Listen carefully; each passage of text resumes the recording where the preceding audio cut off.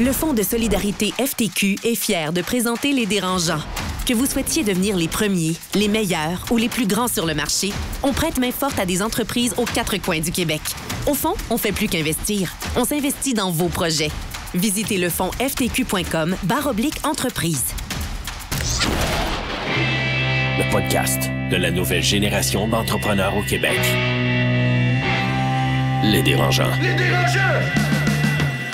Bonjour à tous, ici Marc-Josée Richer de l'entreprise Prana. Cette semaine, au Dérangeant, je reçois Jenny Ouellette, qui est présidente et cofondatrice de Bon Boss, qui est une entreprise spécialisée dans les innovations en management, en culture et en stratégie de recrutement.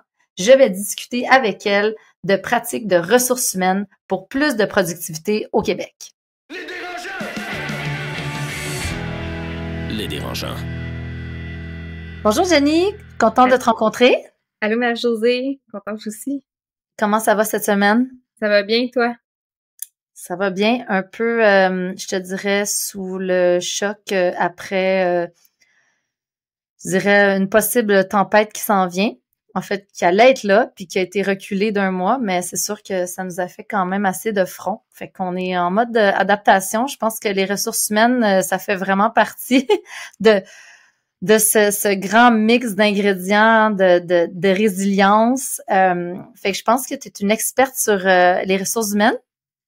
Oui, ben je m'intéresse beaucoup à ça et on peut voir aussi parler de productivité ou autre parce que le contexte économique dans lequel on est, ça demande de faire preuve d'agilité et aussi de gérer le stress et tout ce qui est stress, mais parfois ça revient dans la cour des ressources humaines, fait que ça va être un beau sujet dans le contexte actuel. Je dirais pas parfois, j'oserais même dire que ça inclut toujours la cour des ressources humaines. Moi, en tout cas, je veux dire, de ma petite expérience, c'est sûr que suite à la pandémie, ce que j'ai vu, ce que j'ai remarqué, c'est que y a rien qui est possible sans une équipe extraordinaire. Puis, justement, je me demande, qu'est-ce qui fait qu'aujourd'hui, on peut parler de peut-être pratiques ressources humaines qui sont peut-être un peu désuètes? Qu'est-ce qui fait qu'on peut en parler, en fait, c'est que je vais revenir à 2020 parce qu'il y a vraiment eu une cassure en 2020.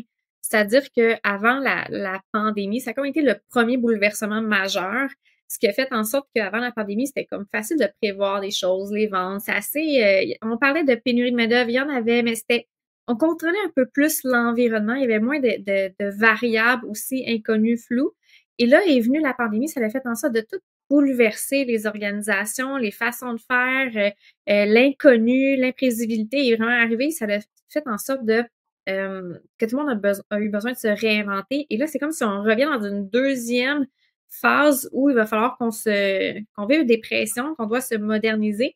Et ce qu'on a vu, en fait, c'est que les façons de faire qui étaient plus traditionnelles, je dirais par exemple, on va dire 2020 à 2019, là, ils commençaient à perdre en efficacité. Par exemple, le recrutement, dans un contexte de recrutement où on publie un emploi et on reçoit 150 CV, comme je vivais en 2012, par exemple, ben là, j'avais le choix de choisir qui je voulais. Je peux choisir le meilleur, la meilleure personne. Mais quand que la pénurie de main-d'œuvre est arrivée, mais ça a fait en sorte que les méthodes de recrutement traditionnelles étaient plus efficaces. Si on publiait un emploi, peut-être qu'on va recevoir 20 CV, peut-être qu'il y en avait 5 qui étaient de qualité. Donc, il a fallu qu'on se modernise et ça l'a juste fait en sorte de s'accentuer. Et il est arrivé des nouvelles législations, par exemple, sur la loi sur les risques psychosociaux où la santé mentale, la santé psychique a gagné en popularité, la loi 25. Donc, ça a fait en sorte qu'il y a eu des changements législatifs, des changements économiques, des changements de démographie également. Donc, les départs à la retraite, les gens qui refusent d'être gestionnaires. Donc, tout ça a fait en sorte que les départements en ressources humaines et même les gestionnaires, les dirigeants ont dû se moderniser et de repenser leur politique, leurs pratiques internes et même la façon de gérer. C'est pour ça que de moderniser des pratiques en ressources humaines, que ce soit notre dotation, l'embauche, la intégration, la relève, comment influencer un climat positif, ben c'est tellement devenu important et même crucial parce que ça impacte, selon moi, la compétitivité des organisations. On sait qu'on est en déclin depuis plusieurs années. Alors, si on a des pratiques en ressources humaines qui sont pas optimales et qui répondent pas au monde moderne actuel, ben on perd du temps, on perd des ressources, puis on vit un taux de roulement parce que c'est aussi une conséquence directe ou indirecte des piètres pratiques en ressources humaines. Donc, le contexte a changé. Je pense qu'il y a aussi des attentes peut-être différentes de la jeune génération versus justement la génération qui part à la retraite. Pourquoi un bon leadership et une culture d'entreprise qui sont fortes sont cruciaux pour la productivité? Tu as touché quelques points, mais pourquoi vraiment on a besoin de ça? Puis qu'est-ce que ça veut dire une culture d'entreprise? Il y a plusieurs questions, en fait. Pourquoi est-ce que le leadership et une culture organisationnelle sont justement cruciaux pour le monde moderne, je pourrais dire? Essentiellement, c'est qu'on sait que tout change. On est face à l'ambiguïté et tout. Donc, d'être dans une structure qui est très hiérarchique, ça va générer une culture d'entreprise qui pourrait être moins propice à l'innovation. On sait que d'adopter un style de gestion qui est beaucoup plus collaboratif, engageant, va être beaucoup plus mobilisant aussi pour les employés. Les gens vont être plus portés à proposer des nouvelles idées. Ça va être plus positif au niveau du climat organisationnel. Et donc, ça revient à dire que dans un contexte où tout change, d'être dans une structure très hiérarchique, mais on manque des opportunités et on déresponsabilise en quelque partie les employés parce qu'on pourrait être porté à faire, par exemple, plus de micro-gestion ou de moins être connecté aux employés qui, eux, sont souvent de première ligne face au changement d'habitude du consommateur, les processus de travail. Donc, ce qui arrive actuellement, c'est qu'on est dans une économie qui change et les gens cherchent davantage de sens au travail. Donc, ça suffit plus de dire, par exemple, on veut augmenter de 30% notre chiffre d'affaires, puis de fixer ça comme objectif et penser que soudainement, les employés vont être mobilisés. Ils vont pas vouloir travailler pour enrichir un actionnaire ou peu importe. Ce qu'ils veulent, c'est du sens au travail. Donc, dis-moi à quoi je contribue. Dis-moi, ça va être quoi mes bénéfices et donne-moi de la latitude pour que je puisse décider sur qu'est-ce que je vais faire, avoir une latitude décisionnelle, avoir une certaine autonomie et fais-moi confiance. Alors, si j'ai pas ça, ça se peut que je quitte parce qu'il y a une pénurie de main-d'œuvre dans certains secteurs. Ce qui fait en sorte que d'adopter le bon style de leadership va générer la bonne culture qui va permettre d'innover davantage et de fidéliser les gens qui sont en quête de sens, qui veulent se sentir importants, faire partie de quelque chose qui est plus grand qu'eux. Et c'est ça les bouleversements et la séquence culture, leadership, mobilisation, compétitivité, si je pourrais dire. On parle de gens, en fait, qui veulent plus seulement venir clock in, clock out de 9 à 5, mais comme tu dis, qui veulent faire de leur travail une mission de vie, un sens. Ils veulent avoir du sens, trouver un sens à leur travail. Donne-moi des exemples concrets peut-être de gestion collaborative. Une gestion collaborative, ça peut être une organisation qui décide de bonifier l'expérience client. Dans un marché compétitif, on veut bonifier l'expérience client. Les gestionnaires peuvent s'asseoir entre eux et trouver, par exemple, les solutions, les sous-objectifs pour parvenir à ce grand objectif-là et ensuite proposer les solutions aux employés, dire voici maintenant comment ça va fonctionner. C'est une façon qui est bonne, qui fonctionnait, mais moi, je dirais dans le style de gestion plus collaborative où on va solliciter la réflexion de groupe, ce que le gestionnaire peut faire, c'est dire voici nos enjeux stratégiques ou dans notre planification stratégique, notre grand objectif qui serait d'augmenter l'expérience client pour générer justement une clientèle plus fidèle et acquérir de nouvelles parts de marché. Fait que ça pourrait être un objectif.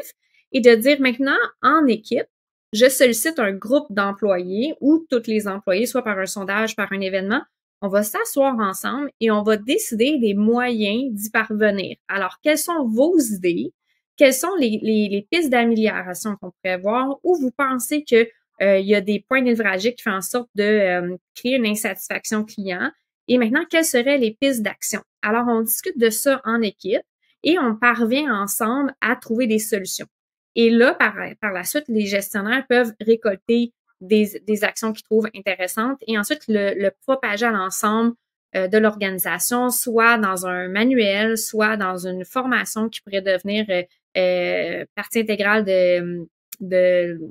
du onboarding, excusez-moi, l'accueil intégration. Donc, ça pourrait être des moyens de faire. Donc, ce que je veux dire, en fait, là, c'est que le leadership collaboratif, c'est à l'inverse, c'est l'inverse du leadership directif qui va être davantage, voici la solution, voici ce que vous devez faire et je vais pas prendre le pouls de mon équipe et je les mets pas à profit, je mets pas à contribution par rapport à la recherche de nouvelles idées et tout ça. Donc, je prends une décision avec une partie de l'information que j'ai. et je me prive de l'intelligence du groupe, donc des employés. Donc, c'est vraiment genre l'antithèse du top-down où justement les décisions sont prises en haut, puis là, après ça, ben les gens doivent se mobiliser pour atteindre les objectifs qui sont pris en haut et qui ne peut-être vont les concerner, mais qui n'ont pas fait partie des décisions puis des grandes orientations stratégiques. Effectivement. Moi, chez Prana, ce que je dis souvent, même quand je recrute, je dis, regarde, chez Prana, on n'a pas un carré de sable, chacun. On a une plage. Voici le château commun qu'on veut construire. Puis ensemble, on va trouver comment le construire. Mais c'est pas nous, on prend les décisions, puis toi, il faut que tu exécutes.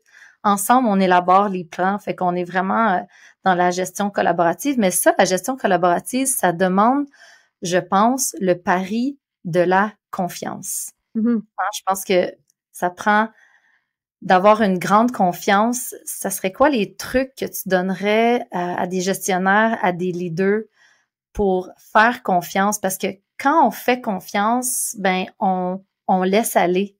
Ça sera pas de notre façon. On laisse aller beaucoup de peur, hein? Puis la peur, des fois, c'est ça, on fait en sorte qu'on sécurise pour justement, c'est ça, pas avoir peur et tout ça. Sauf que moi, je crois beaucoup au pouvoir de donner confiance, mais comment on peut sortir de ces peurs comme gestionnaire pour justement donner cette confiance-là à nos employés? C'est des choses importantes que tu dis, Marie-Josée, parce que quand que je suis allée sonder ceux qui étaient nommés comme étant des bons boss par leurs employés, j'ai repéré des points communs. Et dans les points communs, ça a toujours été ceci: je donne ma confiance au départ et non au mérite. Donc, tu fais partie de l'équipe, tu as ma confiance, mais il t'appartient de la garder. Donc là, il tombait déjà dans un discours de co-responsabilisation. Je te la donne, mais il t'appartient de la garder, donc respecte-le. Ensuite, ce que j'ai envie de dire, parce qu'on va dire pour créer des équipes qui sont plus mobilisées, faut donner la confiance et tout, oui, mais parfois, on peut pas faire confiance à tout le monde et aveuglément et dans tous les contextes, parce qu'il y a des contextes qui peuvent avoir un risque financier, un risque pour l'organisation. Donc, ce que moi, j'aime dire, c'est que lorsqu'on donne la confiance, il faut avoir une déclaire du cadre à respecter. Donc, comme tu avais dit, le petit carré de sable. Donc, voici, toi, les limites de ton poste, les décisions que tu peux prendre dans ton poste. Donc là, on vient baliser ou mettre des filets de sécurité pour faire en sorte que quand je te délègue ou que je te confie ma confiance, au moins, c'est clair le cadre dans lequel tu peux aller. Ce qu'on peut faire aussi, c'est de dire justement, voici les négligences, voici ce que tu n'as pas le droit de faire ou ce qu'il faut pas aller, ça serait une négligence. Par exemple, je travaille dans le domaine financier, si je retire je me trompe d'un zéro, puis je donne 10 000 au lieu de 1 000 $, ben ça, c'est une négligence, tu peux perdre ton emploi. Et voici les erreurs qui sont acceptables. Donc, de donner le droit aux essais et aux erreurs. Mais c'est quoi une erreur qui est acceptable? Pendant combien d'années j'ai le droit de me tromper? Si je fais la même erreur pendant 3 ans, est-ce que toi, gestionnaire, tu vas être encore en confiance? Donc, essentiellement, c'est juste de mettre des filets de sécurité, de dire, regarde, je te donne la confiance, voici les filets de sécurité, ce que tu peux, le cadre dans lequel tu dois aller. Mais là vient la question de la peur et la question du courage managérial. Et pour moi, le vrai courage managérial, c'est de dire, je ne connais pas nécessairement cette personne-là parce que c'est sa première journée. Je lui fais confiance et je vais me mettre à risque par rapport à ça. Et c'est là que je dois faire preuve de courage managérial en donnant ma confiance à quelqu'un que j'ai pas encore eu la chance de connaître essentiellement. Et de là vient justement la pratique de gestion qui est de repérer rapidement c'est quoi les forces de la personne, c'est quoi ses questions et d'être un gestionnaire qui supporte, qui coach la personne et qui fait pas juste se décharger, s'en aller et croiser les doigts pour se dire, ben j'espère qu'on ne fera pas une erreur, puis finalement, je me rends compte qu'elle en a fait, puis il est trop tard. Alors, les suivis vont être importants et d'adopter une posture justement du gestionnaire qui va être là quand tu vas avoir des questions et de rester justement connecté à l'employé et de faire des suivis. Puis un suivi, ça peut juste être un appel à la fin, 1 fois par semaine, puis comment se passe ta journée, est-ce que ça s'est bien passé, qu'est-ce que tu as appris, quels ont été tes enjeux, puis voilà. Je pense que si je peux résumer ça, je pense qu'il faut que les règles du jeu soient claires. Les rôles, les responsabilités, les règles du jeu, c'est que si tu joues au Monopoly, on est capable de jouer ensemble parce que on connaît les règles du jeu. Puis là, du moment que les deux, on connaît les règles du jeu, ben là, on peut jouer en confiance. Puis après ça, ben je pense que c'est ça un peu. Puis après ça, ben effectivement, c'est c'est d'amener la personne avec le support, le suivi vers la culture, la façon dont on veut que les choses se passent pour atteindre les objectifs, mais c'est vraiment d'y aller dans, comme tu dis, le support, la bienveillance, l'écoute, l'ouverture, tu sais, des qualités peut-être qu'on pensait peut-être un peu vieux jeu dans le temps, puis maintenant ils reviennent un peu à la mode. Oui, effectivement, sont en danger d'une certaine façon. Du moins, il y en a qui en ont pas beaucoup. Mais oui, il faut mettre ça de l'avant, la bienveillance. Et la bienveillance, c'est pas d'accepter tout aussi. Là. Il faut que le gestionnaire soit bienveillant envers lui. Là. Donc, de pas avoir peur d'adresser des situations. Si une personne fait une erreur, là, juste d'aller le voir, de dire, regarde, tu sais, je comprends que voici la situation, qu'est-ce qui s'est passé, comment tu l'as vécu, puis ça, finalement, c'est une erreur. Donc, comment est-ce qu'on peut faire pour l'amener dans la bonne direction? Et ce que j'ai mis dans ce que tu as dit, c'est que ça t'a fait le pont avec la culture organisationnelle. Et si on va avoir une culture positive, faut se poser la question, est-ce qu'il y a une confiance? Est-ce que les gens se font confiance dans mon équipe? Est-ce que moi, j'ai confiance en tant que gestionnaire à mon équipe ou à mes employés? Parce que si je ne lui fais pas confiance, mon équipe va pas me faire confiance. Ça se peut que ce soit là, hein? C'est une relation positive, mais ça part d'une confiance. Et sans confiance, il n'y a pas de culture saine. Il va y avoir des enjeux de climat, il va y avoir des enjeux relationnels, il va y avoir des conflits. Alors, de s'attarder à la confiance, c'est important. Et dans la culture organisationnelle, moi, j'allais plus loin quand je faisais l'accueil et l'intégration des nouveaux employés. Je présentais un livre de culture qui était les Culture Books. Et je disais, voici nos valeurs. Puis nous, chez Bonboss, on a la culture, la valeur qui est l'audace. On disait, l'audace, c'est pas la témérité. C'est pas prendre des risques technologiques sans avoir fait des tests par la suite. Donc là, on commençait déjà à baliser certains comportements, puis dire, voici nous ce qu'on fait, puis voici ce qu'on ne fait pas aussi. On ne parle jamais des mauvais boss parce qu'on veut pas lancer un message négatif, puis faire croire aux gens qui sont pas des mauvais boss. On croit que les gens peuvent devenir de bons gestionnaires, à l'exception peut-être des sociopathes. Mais c'est ça, justement, je voulais tout ça à ce point-là. Souvent, en tout cas, ce que je vois en entreprise, c'est qu'on pense justement de façon collaborative à nos belles valeurs. On met ça sur le mur, puis on les fait vivre sur le mur. Mm-hmm. Comment on peut faire pour inculquer ces valeurs-là dans la culture d'entreprise au quotidien? Toi, tu en as vu, je veux dire, je pense que tu as consulté beaucoup d'entreprises à travers ton entreprise qui est Bonboss. Puis je pense que tu es aussi très au courant des innovations dans le domaine des ressources humaines.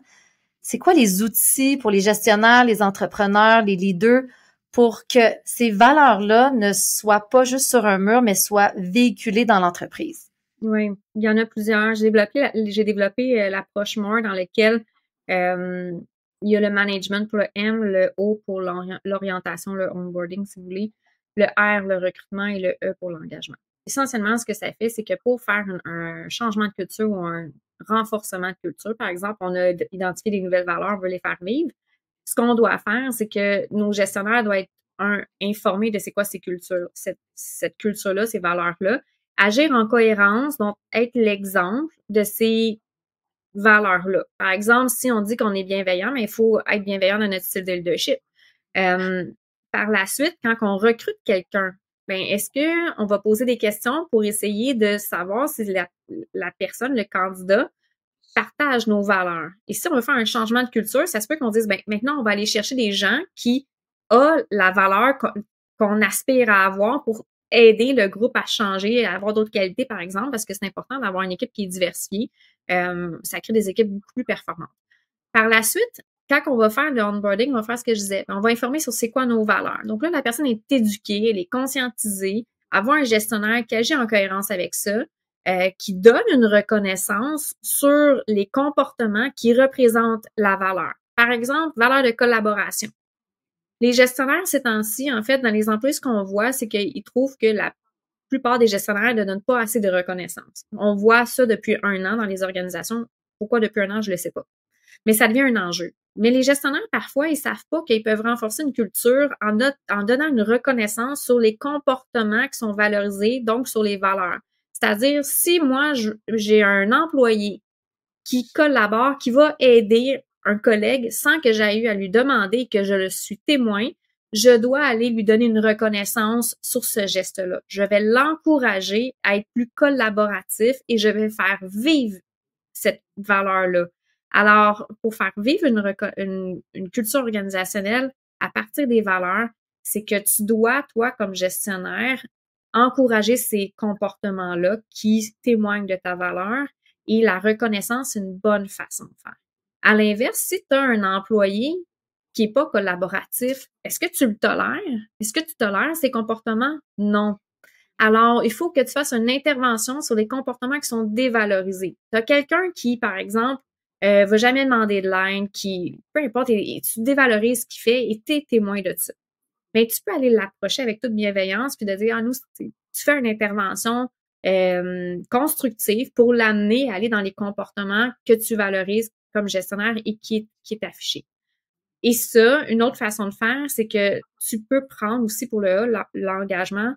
Ce que tu peux faire, c'est que dans ta gestion de la performance, dans tes suivis avec tes employés, des rencontres d'appréciation de la contribution ou du rendement, ce que tu peux faire comme gestionnaire, ben, c'est rajouter des valeurs dans une catégorisation, dans une catégorie qu'on appelle, par exemple, culture organisationnelle. Tu rajoutes la valeur collaboration, puis tu mets des détails sur les comportements qui témoignent de la collaboration et tu évalues tes employés là-dessus. Ce que ça va faire, c'est que tu vas donner des promotions, tu vas avoir un discours positif lors des évaluations de rendement, pas juste sur la performance financière, sur la performance, sur les compétences clés qui sont techniques, mais tu vas avoir des compétences qui vont peut-être être davantage en lien avec le soft skills que toi, tu valorises. Alors, tu vas encourager le développement de compétences techniques et le développement, de compétences qui sont plus humaines, axées sur tes valeurs et donc sur ta culture. Donc, tu vas encourager les deux comportements. Et c'est ça qui fait que à la longue, tu vas, toi, comme gestionnaire, impacter un climat positif, mais il faut toujours que, tu fasses confiance aux gens, que tu interviennes quand il y a des manques de respect, par exemple, quand il y a des situations graves, tu peux pas laisser aller les choses et tu encourages les comportements positifs et c'est là que tu vas renforcer cette culture-là et tu vas même amener une culture de reconnaissance en bout de ligne. Décrocher des subventions, c'est souvent un casse-tête. Savoir où chercher, comment rédiger des demandes solides et maximiser vos chances d'obtention. Avec le service personnalisé d'accompagnement d'Hello Darwin, tout devient simple. Grâce à leur plateforme interactive et gratuite, découvrez en temps réel les subventions les plus adaptées à votre entreprise. Prenez rendez-vous dès maintenant et profitez de 10 % de rabais sur votre accompagnement. Retour sur investissement garanti. Les dérangeants! Les dérangeants. J'ai l'impression qu'il y a des gens qui nous écoutent vont dire, ah ben là, moi, vraiment, ça c'est vraiment too much. Moi, dans mon organisation, ça serait trop compliqué. On n'a déjà pas ce style-là de culture et tout ça.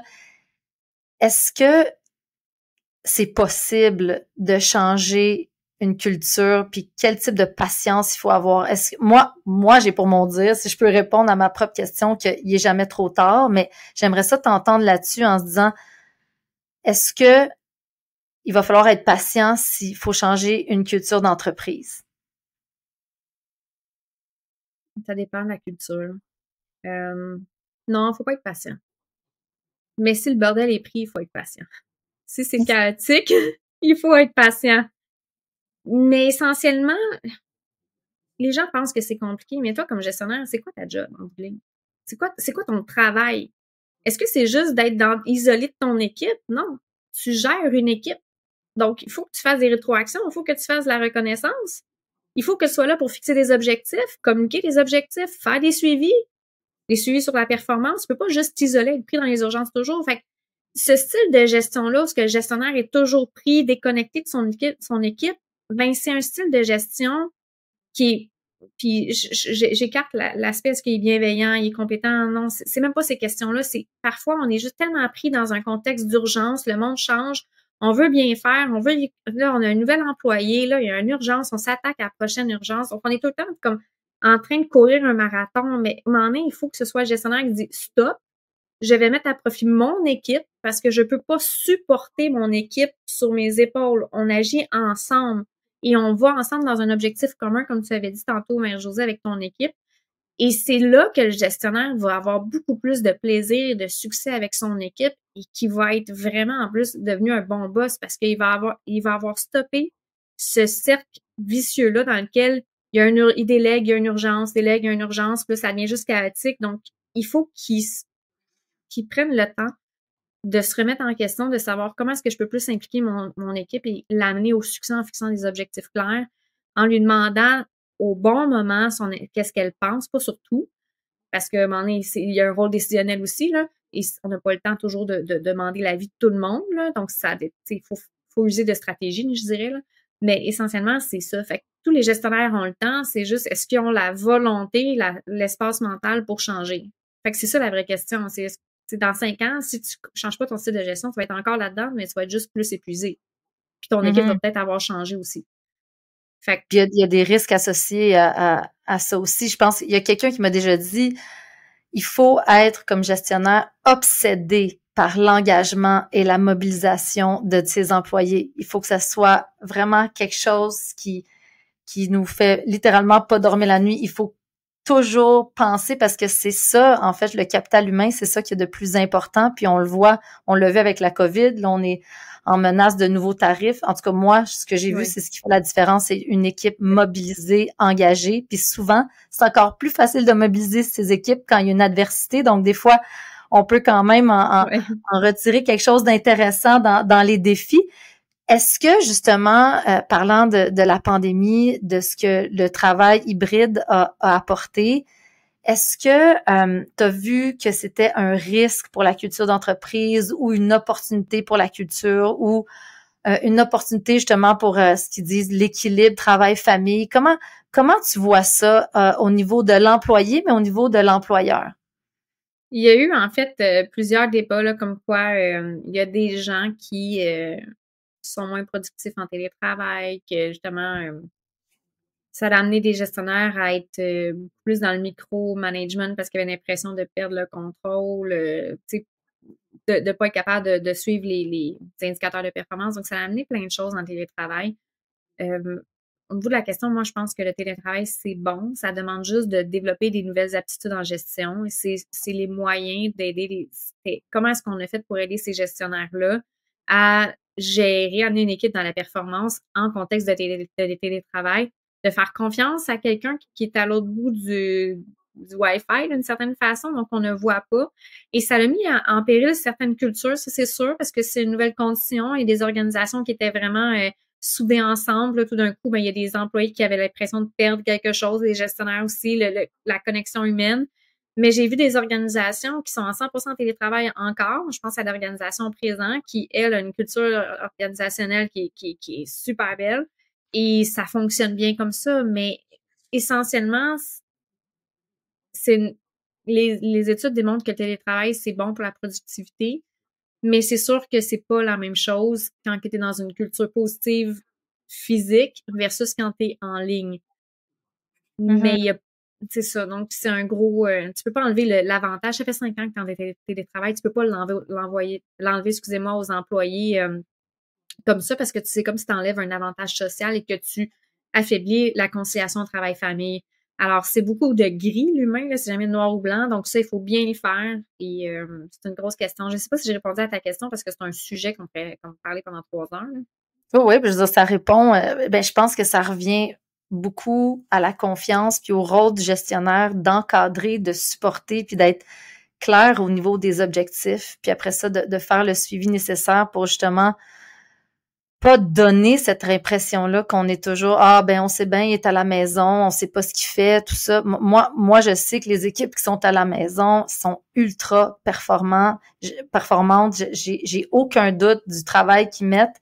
J'ai jamais eu aucun doute. Puis ça l'a zéro affecté notre productivité. Tu sais, je pense que c'est ça un peu la crainte des leaders, des gestionnaires. En même temps, on a demandé aux gens chez Prana de venir 2 jours par semaine, souvent les mêmes jours, là, les mercredis, jeudis, justement pour créer une espèce de cohésion, parce que là, c'est un peu difficile quand tu as le bureau vide, justement, de mousser cette culture-là d'entreprise, parce qu'on est un peu tout le monde dans satellite derrière nos ordinateurs. C'est pas pareil quand même, la présence humaine, il y a quelque chose. Effectivement. Donc, d'avoir des moments pour se regrouper, pour échanger ensemble, ça, c'est positif, surtout si le climat est positif. Puis, pour revenir à ça, parce que nous, on avait un bureau, on l'a enlevé, c'est même des employés qui avaient choisi le lieu du bureau, le futur bureau, j'avais donné comme des directives, c'était eux qui avaient choisi l'espace en tant que tel.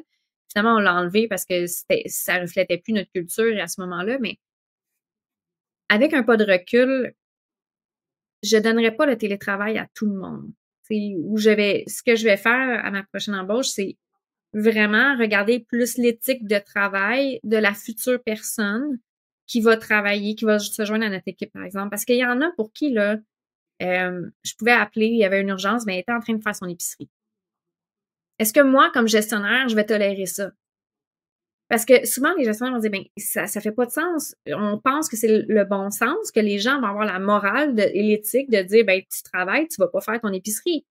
Mais il y en a pour qui les employés, c'est acceptable, ça. Mais si c'est pas communiqué dans une politique de télétravail, ça paraît banal. J'entends juste en disant ça, j'entends du monde dire, voyons donc, est-ce que je vais vraiment comme écrire ça? Je vais faire du micromanagement? Ben oui, moi, je vais l'écrire.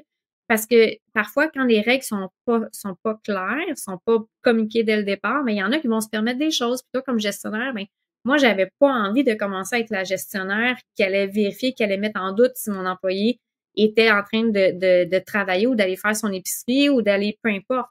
Donc, j'ai eu une conversation difficile en disant, ben non, tu sais, on s'entend. Puis elle me disait, ben oui, moi, je vais reprendre mes heures. C'est pas ça le point. C'est pas ça le point. C'est d'être présent au moment où que la clientèle peut en avoir besoin, les collègues aussi. Fait que c'est dans la collaboration. Donc, c'est de revenir à un style de gestion qui est transparent, qui est positif, constructif et qui laisse la chance aux gens de s'expliquer et de clarifier des règles parce que parfois les gens veulent pas mal faire. Mm-hmm. C'est ça, l'enjeu, je pense, c'est comme, il faut donner le bénéfice du doute aux gens, mais nous, comme gestionnaire, de gérer ça, de les ramener dans la bonne direction. Et ça, le télétravail, c'est ce que ça l'a mis à risque d'une certaine façon, la confiance, puis une ligne directrice claire à perfectionner dans un contexte où les gens travaillent à distance. Ça a Donc, plein de points positifs. C'est ça, clarifier vraiment les attentes, mais justement, en clarifiant les attentes, des fois, il faut avoir ces conversations difficiles-là dont tu as mentionné. Moi, j'ai de la misère avec ça. Est-ce que tu as des trucs pour moi? Tu sais, vraiment, je veux dire que ça soit dans mon couple, avec mes enfants, avec les employés, j'ai de la difficulté à en venir aux conversations difficiles. Je vais les éviter, je vais pas dormir la nuit pendant 3 jours, je vais patiner. Est-ce que tu as des trucs pour moi, puis pour ceux qui nous écoutent, qui ont de la difficulté, qui ont un background peut-être un peu comme moi, ou dans ma famille, il y avait beaucoup de non-dits, on s'est pas dit les choses quand venait temps de le dire, on les a mis un peu en dessous du tapis pendant trop longtemps. Est-ce que tu as des trucs pour les gens qui ont de la difficulté comme moi à avoir des conversations difficiles? Oui, ben c'est mes trucs en fait, parce que moi, j'étais la personne qui... j'étais tellement introvertie, gênée, je voulais pas faire vivre de douleur aux gens. J'essayais comme de leur éviter des émotions négatives. Et quand j'y pensais, je me préparais, je faisais de l'anxiété à y réfléchir, tu sais, cette conversation-là. Parce que je voulais juste que ça aille bien, mais des fois, j'étais plus confortable dans la situation, puis dans la relation, tu sais, ça peut être l'amitié, ça peut être peu importe. Puis là, je m'y prenais tout croche. Puis finalement, ça sortait, c'était pire, tu sais, c'était juste pire, en fait, quand que j'avais pour en parler. Puis j'étais comme, mon Dieu, je suis vraiment pas bonne. Puis là, j'évitais encore plus, j'essayais de fuir ça. Je mettais des gants blancs, là, tu sais, 3-4 gants blancs, là, tu sais, pour être sûre de... Puis à un moment donné, c'est Denis Tremblay qui m'avait dit, tu sais, Jenny, reviens toujours aux faits, puis parle avec une forme de neutralité, si je pourrais dire, c'est reviens aux faits, puis dégage-toi de tes émotions. Je dis pas de pas les vivre, mais et puis c'était une psychologue organisationnelle, en fait, Maryse Schaffer, qui avait dit dans une formation, là, tu sais, l'autre personne a le droit de vivre ses émotions, il faut lui laisser un espace bienveillant, sécuritaire pour qu'elle puisse vivre ses émotions. Et c'est quand j'ai compris que ces émotions lui appartiennent, puis moi, je peux juste être là pour l'écouter comme gestionnaire ou comme amie, puis trouver des solutions ensemble constructives, là, ça m'a aidé. Fait que c'est sûr que d'arriver avec une préparation à une conversation difficile, savoir, ben, c'est quoi mon non négociable? Puis vraiment prendre le temps de décortiquer la situation. Pourquoi je suis pas bien, moi, dans cette relation-là ou dans cette situation-là? Quel standard ou quelle règle n'a pas été respectée? Quelles conséquences ça a eu sur moi? Est-ce que ça m'a surchargé? Est-ce que j'ai dû rentrer en fin de semaine quand au contraire, j'ai envie d'avoir une bonne conciliation travail-famille, moi, comme gestionnaire? Donc, de décortiquer la situation pour vivre mon émotion solo, donc seule, tu sais, la vivre, puis comprendre ça, puis de pas arriver comme fâchée devant l'employé, puis que je lui déverse. Il y en a qui vont dire, je m'excuse l'expression, désolé les gens, mais vomir dessus, là. Il y en a qui disent ça, là, vomir tous les mots.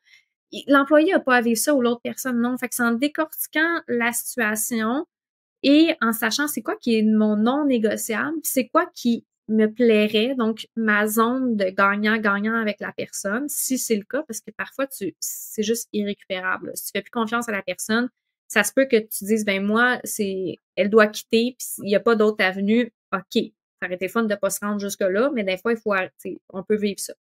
Alors, de vivre son émotion seule, de décortiquer, de savoir c'est quoi mes non négociables, ça serait quoi l'optique positive, et là, de prendre son courage à deux mains, puis d'aller voir la personne et de revenir au fait.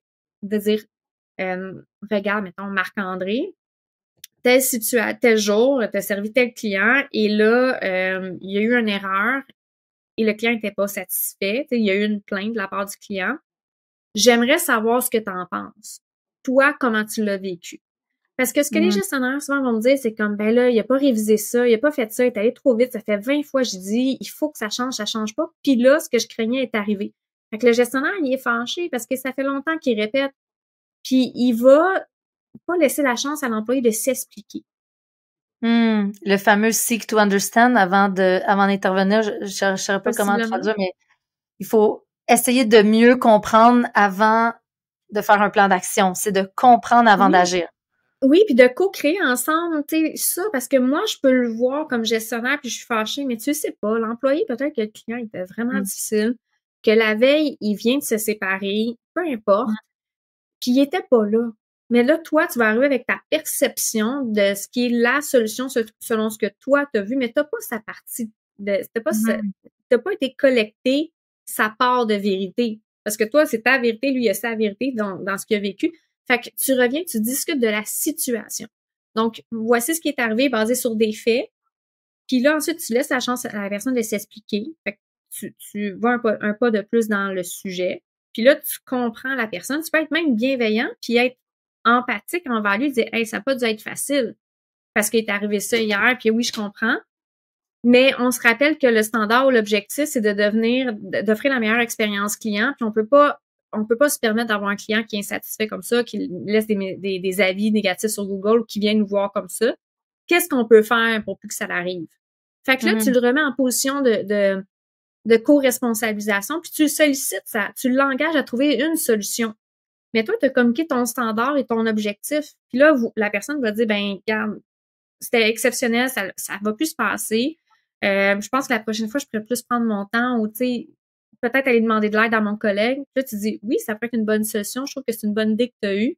Puis là, tu laisses partir la personne dans un état qui est positif et qui s'est pas fait imposer une solution. Par exemple, je vais refaire un exemple inverse de la même situation. Bonjour Marc-André, monsieur un tel est venu me voir, était vraiment insatisfait. Là, ça fait 5 fois que j'arrête pas de te dire de prendre ton temps. Je suis plus capable. Il faut que ça change. T'as-tu compris? C'est un peu tellement pas mon style. Directif, tu l'as pas sollicité, puis t'as raison de vivre ton émotion, t'en parles, puis t'es fâché parce que c'est toi qui as copié tout tu sais, t'avais pas le temps de gérer le client, il avait raison, c'est une erreur, tu sais, une erreur comme quand même importante pour un petit comportement que tu demandais à l'employé de faire, par exemple, revalider des choses, peu importe. Mais t'as juste été dans un dialogue à sens unique. T'as pas eu le temps de discuter avec l'autre personne, puis là, quand moi, j'ai compris que j'avais le droit à la personne mon rôle, c'était de lui laisser la chance de s'exprimer, comprendre les faits, un peu comme un enquêteur, mais un peu comme juste voir la situation, puis ensuite de co-créer ensemble une solution pour qu'elle décide de changer, et non moi lui imposer qu'elle change ou qu'elle travaille mieux. Ben là, c'est devenu comme si j'ouvrais des discussions qui étaient beaucoup plus constructives, positives, puis ça n'a rien changé de moi, ma perception, comment j'aime la personne, ou son estime que j'ai pour elle. Puis sa valeur ne va pas changer, même si elle fait des erreurs, mais on va avoir une conversation difficile, mais en bout de ligne, je vais quand même l'apprécier, puis je vais la respecter. Mais je vais être ferme sur les non négociables, puis comme on fait en sorte que ça se passe. Les dérangeants sont propulsés par Astérix, la cellule d'entrepreneuriat innovant et de capital de risque de Québecor. D'une offre de financement à des programmes d'accompagnement pour les startups, Astérix soutient les entrepreneurs bâtisseurs au facteur X, proposant des solutions innovantes et durables qui façonnent nos réalités. Audace et humain avant tout, visitez astérix.vc. Les dérangeants! Les dérangeants. Oui, c'est ça, exactement. J'ai l'impression que c'est à la limite contre-productif quand on arrive dans un leadership très, très directif parce qu'au final, la personne fait juste pas se sentir très, très bien, puis ça désengage au lieu de mobiliser. Donc, j'aime ça quand tu parles d'inclure la personne dans la solution, de justement, ensemble, trouver des moyens pour remédier à une certaine situation qui n'a pas été peut-être optimale. Donc, on est vraiment là dans comprendre le contexte avant de juger ou avant, tu sais, littéralement d'agir puis d'ensemble trouver des solutions. Il y a dernièrement, tu sais, justement, avec ce qui est en train d'arriver en ce moment, il y a beaucoup de gens sur LinkedIn puis même dans les médias qui parlent de productivité au Québec. Oui. Comment les ressources humaines ont un impact sur la productivité? Est-ce qu'il y a des outils ou justement, est-ce que c'est la gestion collaborative qui va nous rendre plus productifs? Est-ce que tu as réfléchi à ce koan-là, mais avec la loupe des ressources humaines? Comment on peut se mobiliser tout le monde ensemble pour être plus productif? Oui, définitivement. Mais je pense que la productivité a toujours fait partie de moi, là. Puis quand c'est arrivé, là, avec les menaces tarifaires et tout ça, même avant ça, j'avais commencé en 2023 à me poser des questions parce que les économistes parlaient de ça, qu'on a une piètre performance au niveau de la productivité. Et pour ceux qui sont, je suis pas économiste, là, mais essentiellement, c'est que la productivité va impacter la croissance économique d'un pays ou d'une province, par exemple le Québec, qui va, elle, avoir un impact positif ou négatif sur notre niveau de vie. Donc, si par exemple votre pouvoir d'achat est plus bas, ben peut-être c'est lié directement à la productivité du Québec. Donc, je suis pas une économiste, donc allez voir avec des économistes qui est d'autres personnes justement dans d'autres dérangeants dans le podcast notamment. Mais essentiellement, c'est que individuellement, comme travailleur de la population active ou comme gestionnaire, on a un rôle à jouer dans la productivité. C'est-à-dire, comment est-ce que je peux créer plus de valeur par heure travaillée ou dans ma semaine? Et ça, c'est intéressant parce que depuis la pénurie de main-d'œuvre, ben, les gens ont eu à livrer plus avec moins d'employés ou moins de temps. Donc, on était déjà soumis à une certaine pression pour être plus productif. Alors, comment est-ce qu'on peut faire comme gestionnaire ou professionnel des ressources humaines pour stimuler la productivité? Prendre conscience qu'on a un pouvoir et arrêter de voir le département des ressources humaines comme une dépense. Parce que non, ça peut être un facteur clé, un levier dans la productivité d'une organisation. Là, sur quoi qu'on doit agir? Qu'est-ce qu'on doit regarder? Les processus de travail. Là, on peut être plus ouais. On est peut-être moins en RH, mais on est plus en management, donc s'attarder au processus de travail. Ce qu'on peut faire aussi, c'est s'assurer de l'organisation du travail. L'organisation du travail, c'est un peu comment on travaille, comment une personne va s'organiser, comment le gestionnaire, si on revient au tout début du podcast, comment le gestionnaire peut donner une ligne directrice claire aux employés dans un cadre organisé. Le fameux carré de sable, ça, c'est une forme d'organisation de travail. Ou sinon, plus précis que ça, c'est clarifier les rôles et responsabilités de chacun. Ça vient de Denis Tremblay encore qui avait dit dans les descriptions de tâches, lui, ce qu'il rajoute, il parle de description de rôle, mais il rajoute une colonne qui est le pouvoir décisionnel lié à chaque rôle. Quand tu embauches une personne, dis-lui quel type de décision qu'elle a le droit de prendre. Est-ce qu'elle a le droit de dépenser 5 000 ou 50 000 avec la carte de crédit? Il faut le baliser. Et là, quand les rôles sont clairs et qu'on communique les rôles à chacun des employés aussi, voici lui, c'est quoi son travail, voici pourquoi on est interdépendant entre départements ou entre collègues et comment on peut plus se coordonner, là, on va produire plus. Et la communication interne, là, faire en sorte que les RH communiquent des informations clés aux employés, soit la culture, soit les bons coups, mettre en place des politiques qui vont favoriser un climat de travail positif, donc réduire l'incivilité et enrayer toute forme de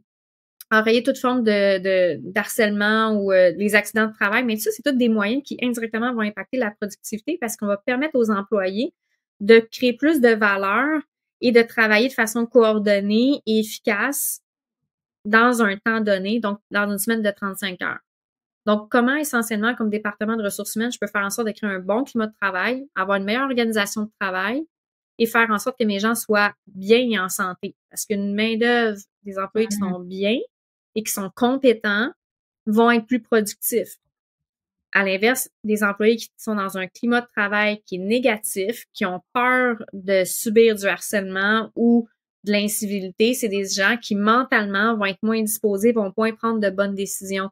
Et les gestionnaires qu'on va remettre en place, est-ce qu'ils sont compétents? Donc, les aider à développer des compétences pour fixer des bons objectifs, pour coacher, développer les compétences des gens. Parce que la productivité, ben, c'est rime, selon moi, avec bien-être, climat positif, compétences et amélioration des compétences dans le temps aussi. Ce qui permet de produire plus et de produire plus intelligemment, d'une certaine façon. Tu parlais de communication à l'interne puis donner des informations clés aux employés. Qu'est-ce que tu penses de la gestion à livre ouvert? Ça l'a fait beaucoup de négatifs dans une organisation. Là, ça dépend c'est quoi qu'il faut révéler. Okay? Parce que dans des organisations, il y en a qui ont dit je vais ouvrir mes livres comptables, tout ça. Et les employés, la plupart des employés, en fait, un salarié n'est pas un entrepreneur. Okay? L'entrepreneur est capable de vivre avec une notion de risque, a des connaissances financières, et que si, par exemple, ça fait 3 ans que l'entreprise est dans le rouge parce que lui, il fait des investissements, il connaît ça. Un employé qui, sans être préparé, sans être éduqué, voit les chiffres et qui voit que son entreprise, pour l'entreprise sur laquelle il travaille, est en perte depuis 3 ans, ça se peut qu'il commence à se demander est-ce que je vais avoir encore un emploi, tout ça. Donc, il faut éduquer les gens et savoir quelle information est utile, c'est quoi la raison pour laquelle je communiquerai ces informations-là. Est-ce que c'est parce que, par exemple, je vais redonner une rétribution sur les profits, mais est-ce qu'ils ont besoin de tout voir? Donc, qu'est-ce qu'on communique? Ça dépend. Il faut vraiment se pencher sur cette discussion-là. Par contre, ce que j'aime bien dire, c'est, ça vient d'un livre qui est The Great Game of Business, je me souviens plus qui l'a écrit, désolé, mais ce que cette personne-là disait, c'est le fait que, quel game jouez-vous? Est-ce que vous vendez des heures? Est-ce que c'est des memberships? Qu'est-ce que vous vendez? Donc, c'est quoi votre logique financière, votre modèle d'affaires qui va faire en sorte que vous allez vivre des succès et être une entreprise pérenne? C'est ça que les gens doivent savoir. Moi, j'ai travaillé dans l'hôtellerie pendant des années et je savais même pas comment contribuer à la santé financière de l'entreprise. On nous présentait des taux d'occupation. J'ai aucune idée de pourquoi. Est-ce que l'entreprise était viable parce que le restaurant vendait plus, parce qu'il y avait un taux d'occupation de 30%, 50%, 90% dans des mois? Je le savais pas, puis j'étais quand même dans un département qui était, tu sais, les ressources humaines. J'aurais aimé ça le savoir. Donc, il faut juste éduquer les gens sur qu'est-ce qu'on doit faire. Est-ce qu'on vend des produits?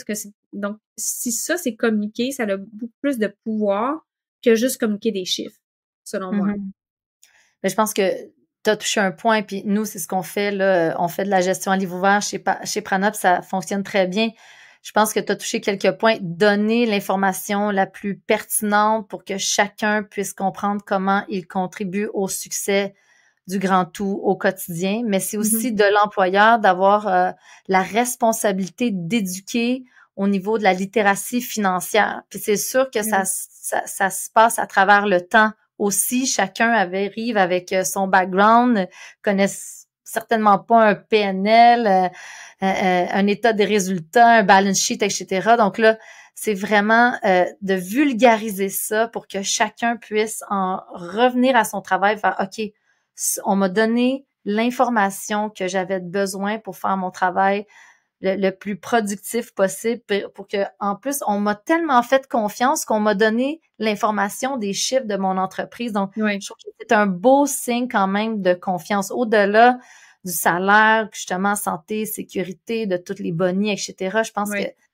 partage de profit qu'on fait chez Prana, etc. Tu sais, il y a vraiment un signe de on vous traite en adultes, en personnes qui sont partie prenante de l'aventure de mon entreprise, mais c'est sûr que nous, on est dans le modèle de l'entreprise progressiste, donc c'est sûr, c'est peut-être pas juste comme, c'est ça, ça peut aussi effectivement créer quelques enjeux, mais moi, je me dis, bon, si ça fait 3 ans qu'on est dans le rouge, ben puis qu'on n'a pas communiqué nos stratégies, où est-ce qu'on s'en va, c'est quoi les objectifs, ben comment, je veux dire, je vois pas comment qu'on peut tourner au vert. Fait que, tu sais, effectivement, c'est vraiment, ça, en tout cas, je pense que ça a un grand pouvoir aussi, même c'est libérateur, je dirais, pour des fondateurs de laisser aller cette information-là, c'est libérateur parce qu'on sent qu'il n'y a pas tout le poids sur nos épaules et c'est comme tu disais tantôt, une co-responsabilité. On est co-responsable puis ça va vraiment chercher la fibre intrapreneur de tout le monde. En tout cas, je l'ai senti, en tout cas, de tout le monde chez Prana, là. Mais vous êtes reconnu comme étant une bonne entreprise, la culture est positive, mais c'est en cohérence avec votre style de leadership, tes croyances, je traite les gens comme des adultes, pas comme des enfants. Il y en a qui déresponsabilisent les employés. Donc, je pense que si on arrive à créer une culture qui reflète nos croyances comme organisation et qui est en lien avec notre style de leadership, puis qu'on a un modèle d'affaires, qu'on est capable de communiquer avec des chiffres, tout ça est cohérent. C'est comme vous êtes juste authentique, vous êtes vous-même. Vous attirez des gens qui sont bien dans cet environnement-là. Ben là, vous avez des ingrédients de succès pour être en business pendant des années, puis avec des gens qui sont engagés parce que vous les mettez en situation de puissance, le fameux empowerment, si je pourrais dire. T'es éduqué, t'as les informations, je te donne les ressources, je te fais confiance, puis je te donne le droit aussi de proposer de nouvelles idées, on va être à ton écoute. Ben là, vous devenez ce que Mintzberg parlait, un community ship. C'est le groupe qui fait preuve de son leadership et non, c'est pas juste le leader qui décide de tout, qui est en haut qui est déconnecté de ses employés. Tu dois être, Marie-Josée, un membre à part entière de l'équipe, puis c'est tout le monde qui est important, pas juste toi, tu sais. Fait que c'est un peu une philosophie de gestion qui est très positive, qui te dit une entreprise progressiste. Moi, je crois vraiment que ça va être l'avenir des organisations parce que c'est plus amené vers l'innovation, ça a des impacts positifs financiers. Mais ça demande un style de leadership collaboratif, ça demande du courage pour faire confiance, puis une ouverture vers le monde, une ouverture envers ces gens qui sont là, mais aussi un courage managérial pour dire voici qui on est, puis voici ce qu'on n'est pas. Et qui veut venir triper avec nous dans ce modèle-là, tu sais.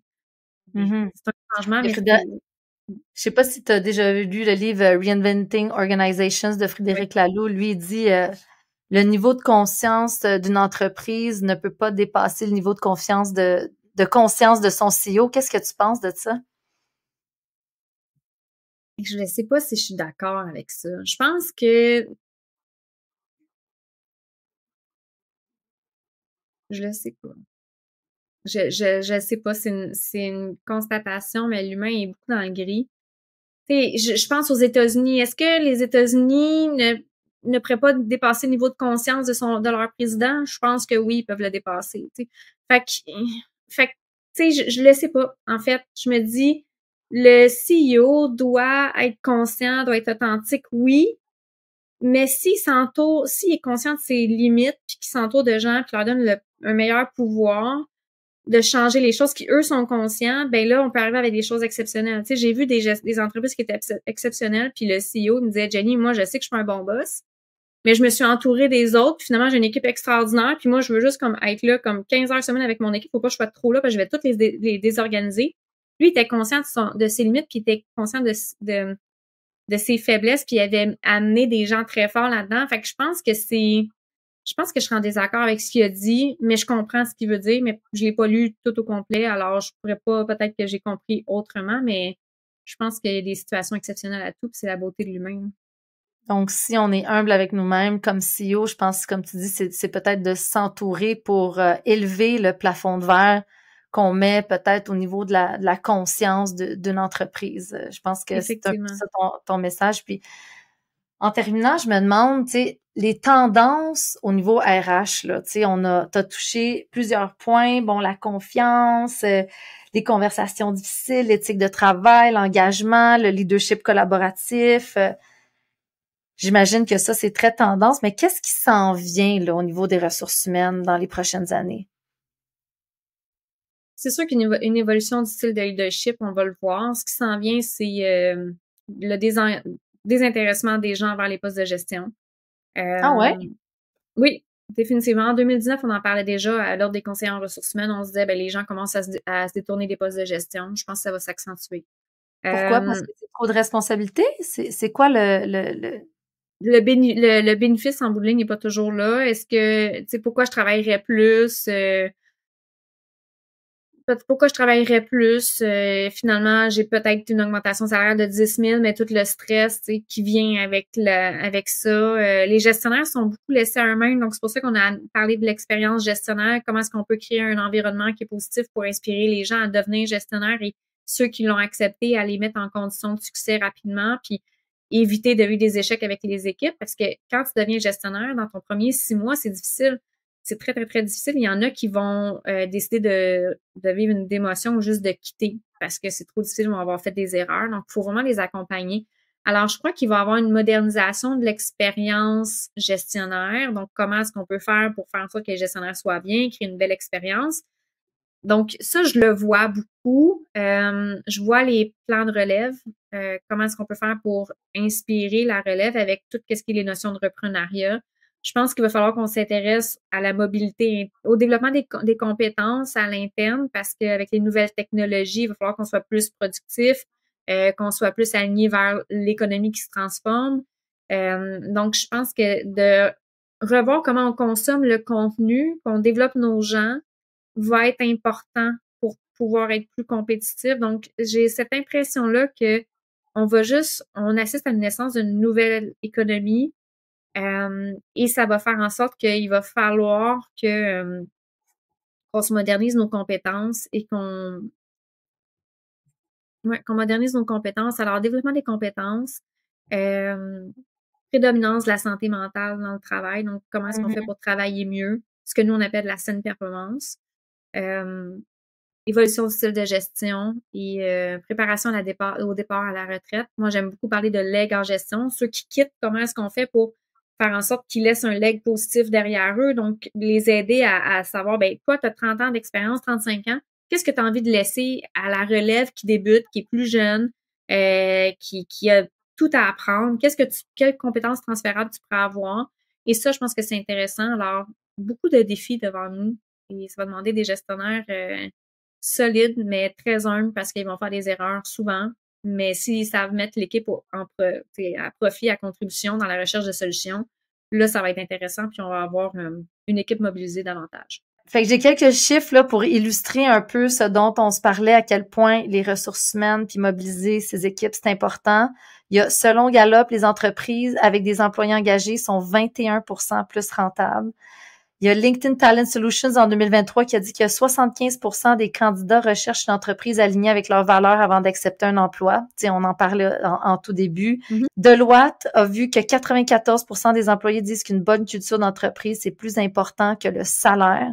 Perdre un employé peut coûter entre 30 et 150% de son salaire annuel. Donc, vraiment, l'impact d'un style de leadership, l'impact des ressources humaines, c'est énorme, énorme. Dans une entreprise, il y en a qui appellent ça aussi pas les ressources humaines, mais qui appellent ça le capital humain. Moi, j'y crois énormément. Je pense qu'avec ton entreprise, tu accompagnes plusieurs compagnies à un leadership plus collaboratif, puis à vraiment voir quelles sont les différentes clés pour amener une mobilisation, un engagement des employés. Puis on le sait, c'est ça qui va mener à la productivité, oui, de l'entreprise, oui, des employés, mais à la productivité d'une nation au complet face aux multiples défis que l'on vit, des vents de face même qu'on pensait même pas qu'ils pouvaient exister, mais qui nous arrivent. Donc, merci pour toute ta sagesse, puis merci d'accompagner les entreprises là, à se transformer au niveau de leur culture d'entreprise. Merci, puis merci à Prana, à toi, et je pense que vous êtes deux là-dedans, deux associés. Ouais. Merci d'être un modèle positif. Là. Je sais que au tout début, quand on cherchait les bons boss, il y a des gens qui disaient Prana, c'est pas une bonne organisation, vous en aviez inspiré d'autres. Donc, plus il y a de gestion d'entreprises qui sont avant-gardistes comme vous, plus ça va inspirer, ça va démontrer que c'est possible, ça va faire un effet domino. Et voilà, c'est une réussite collective, j'ai envie de dire. Ben, on n'est pas parfait, mais on essaye fort. Il n'y a pas d'entreprise parfaite, il n'y a pas de gestionnaire parfait, il n'y a pas d'employé parfait. Il y a juste des bons matchs. Exactement. Ben, merci en tout cas pour cette entrevue-là, c'est vraiment intéressant. Merci. L'entrevue de la semaine, une présentation du quartier général de l'audace du Cégep de Saint-Jérôme, un environnement unique au Québec pour étudier en entrepreneuriat ou démarrer son projet d'affaires. Passer de rêveur à entrepreneur, visitez qgda.ca. Jérémy Boucher, bienvenue. Merci. Cofondateur et PDG de Vadimap. Oui. En 2 phrases, le simple, c'est quoi la nature de tes services? C'est toujours dur en 2 phrases, mais en fait, on aide les gestionnaires immobiliers à prendre les meilleures décisions en matière d'efficacité énergétique et d'énergie renouvelable pour leur bâtiment. Donc, on a créé une solution qui est une plateforme et puis c'est complet et automatisé au maximum. C'est qui ta clientèle à ce moment-là, là, vraiment spécifiquement? On est principalement dans tout ce qui est des bâtiments de petite moyenne taille réplicables, donc tout ce qui est restaurants, épiceries, pharmacies, les banques. Donc, c'est vraiment là où nous, on a beaucoup de valeur ajoutée. Puis, justement, valeur ajoutée, comment est-ce que tu les approches là, qui vont avoir un intérêt pour pouvoir faire ces changements-là? Ils sont super nobles. Oui, ben en fait, c'est que la majorité de ces entreprises-là ont des objectifs net zéro. Ils ont des bâtiments dans beaucoup de territoires, différentes réglementations, il y a des nouveaux tarifs d'énergie à chaque année, des incitatifs, plein de technologies. Donc, c'est super difficile de prendre les bonnes décisions pour chaque bâtiment. Donc, c'est là où nous, on a créé Vadimap. Donc, c'est notre valeur ajoutée de dire, on regarde ton portefeuille, on sait où est-ce que c'est prioritaire. Ensuite, on s'attaque à chacun des bâtiments. Ça fait combien de temps que tu es parti ça? En fait, on a lancé ça en 2020. Donc, ça fait 4 ans. OK, puis c'est quoi l'élimination là, qui a dit OK, moi, là, il faut que je parte ça? J'ai pas de aha moment, donc ma réponse est un peu plate, mais on est 3 cofondateurs. Un des cofondateurs, c'est mon père, Dan Boucher, qui a 25 ans d'expérience dans l'industrie de l'énergie.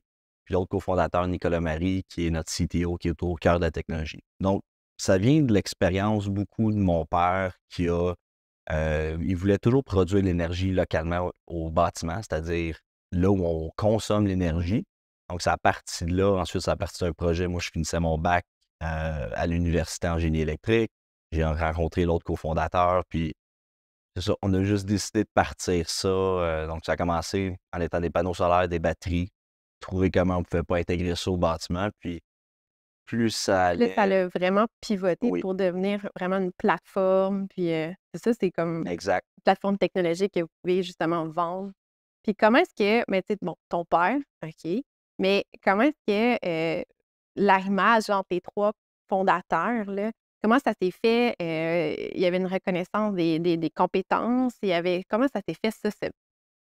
En fait, il y a un lien intéressant, une complémentarité d'expérience, puis de jeunesse, de vouloir tout le temps plus, puis pour la notion, disons, environnementale, pour vraiment apporter des changements.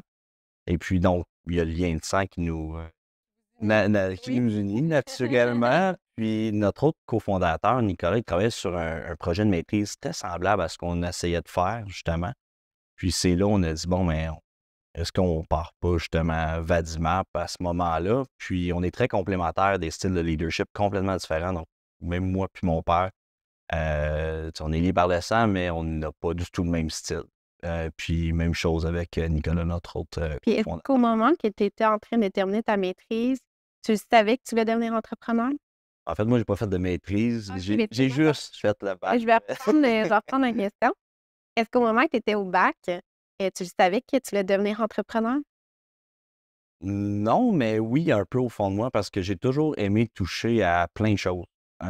J'ai toujours dit que j'aurais aimé ça, peut-être être physio dans les finances, marketing, peu importe. J'ai choisi génie, pourquoi? Bon, j'aimais la physique, mais j'ai tout le temps aimé être multidisciplinaire, puis être entrepreneur. Je pense que c'est vraiment la parfaite comme profession, disons, pour être capable de toucher un peu tout. Fait que c'est principalement ça. Je me suis impliqué dans des clubs étudiants, j'ai eu à gérer des groupes de quarantaine d'étudiants, différents comme départements, un peu micro-entreprises, disons. Puis au fur et à mesure, j'ai réalisé que j'aimais bien ça. Donc, quand j'ai eu l'opportunité, euh, Puis là, depuis des débuts, quelle force ou compétence, je dirais, là, que, tu sais, que tu portes, qui a été le plus, que tu as mis le plus en avant, tu sais, en avant-plan?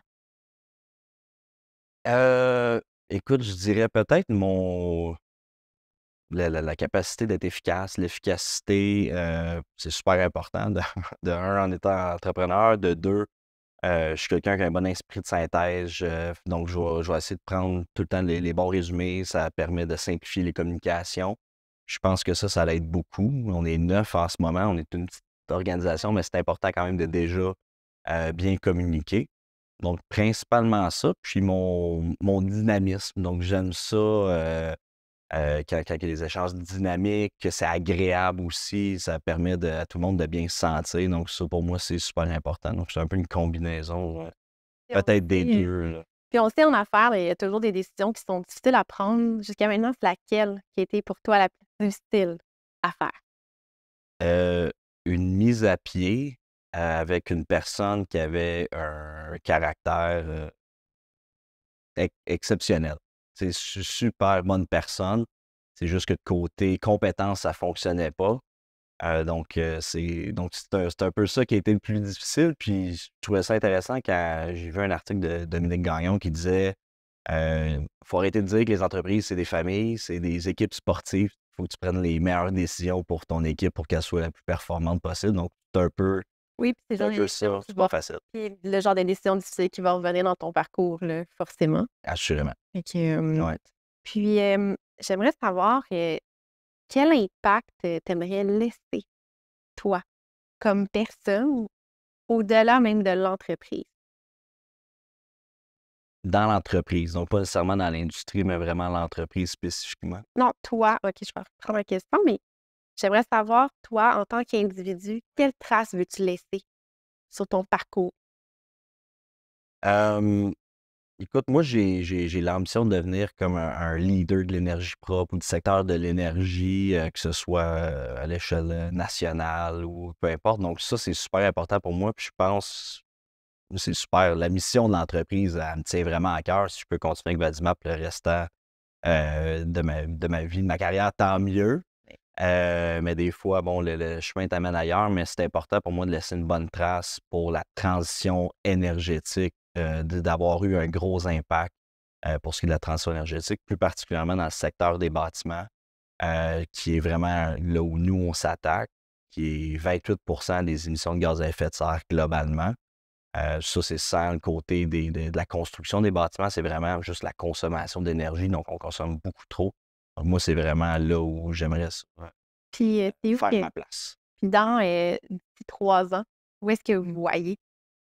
Là, on est beaucoup au Québec, au Canada. On commence un petit peu aux États-Unis, un petit peu en France. C'est certain qu'on veut avoir une beaucoup plus grande présence en France ou en Europe, où est-ce qu'il y a beaucoup plus d'enjeux énergétiques ou de réglementation. Donc, Il y a plus d'enjeux énergétiques beaucoup en Europe? oui, à cause des guerres, mais il y a toujours eu l'énergie a toujours été plus chère. Oui, à produire. Et si on est chanceux, on est tombé avec l'hydroélectricité, côté environnemental, puis côté capacité. On a d'autres problèmes aujourd'hui qu'on aide aussi à régler, mais c'est certain que c'est d'avoir plus une présence qui est internationale, puis couvrir un peu plus large que l'énergie éventuellement, peut-être pas dans 3 ans, peut-être dans 5 ans, Ouais. mais la gestion des déchets, la gestion de l'eau aussi éventuellement, je pense que c'est une place qu'on aimerait prendre de plus en plus en étant déjà dans un portefeuille immobilier. Oui, mais merci. C'est un Merci plaisir à de toi. voir ta plus bon succès. À bientôt! À bientôt! Le podcast de la nouvelle génération d'entrepreneurs au Québec. Les Dérangeants. Les Dérangeants!